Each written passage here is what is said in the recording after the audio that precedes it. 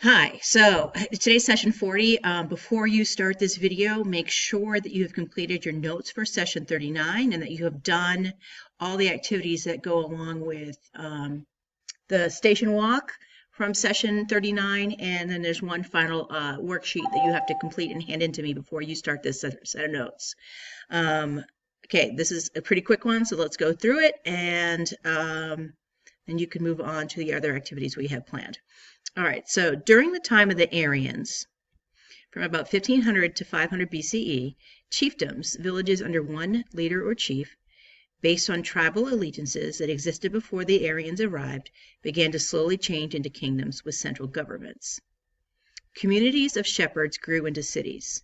Certain kingdoms grew in size, economic security, and importance. States began to emerge.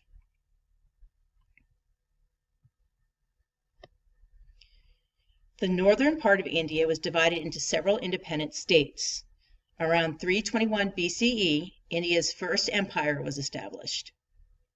Chandragupta Maurya began to reign by leading a revolt. He led campaigns against several other states, conquering and uniting most of northern India.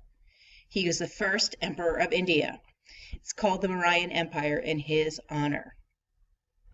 Few written records from that time have been found. Not much is known about his life beyond his military accomplishments. At its height, the empire stretched from the Bay of Bengal in the east to the Arabian Sea in the west. One of the largest empires in the world at the time.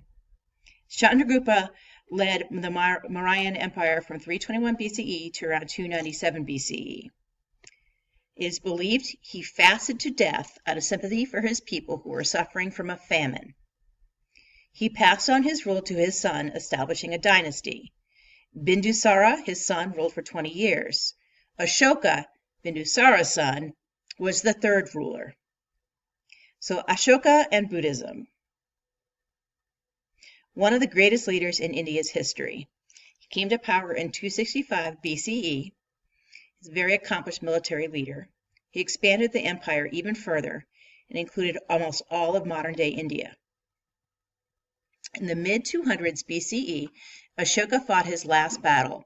He used an army of elephants and trained soldiers. The death and destruction Ashoka saw at the end of the war changed him forever, and he converted to Buddhism. Religious change and political change. As a Buddhist, he instituted new policies throughout his empire. Instead of warfare, he promoted peace and worked to make sure his people were well treated.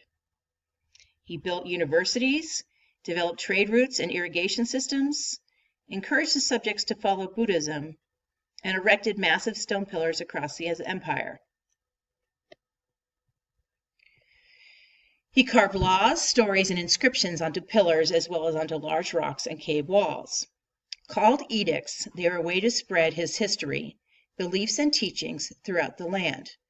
Many of these inscriptions survived and have provided historians with information about Ashoka and his reign. When he died in 238 BCE, the Mauryan Empire crumbled. Even though Buddhism is not the major religion of modern-day India, Ashoka's legacy helped the religion spread to other regions and countries. Today, there are about 400 million Buddhists worldwide. Summary. The Mauryan Empire began around 321 BCE when Chandragupta Maurya began conquering states around the northern part of India. After he passed, his son ruled, and then his grandson Ashoka ruled, expanding the empire throughout India. Ashoka converted to Buddhism and shifted his focus from warfare to the welfare of his people, building universities and trade routes. He spread his message throughout the empire through edicts that he carved on stone pillars. Although the empire crumbled after his death, his influence spread Buddhism. Okay, make sure you pause and go back and make sure you have everything done. And when you are finished, you're going to go on to the next thing and we're going to do some group work. So thanks for listening.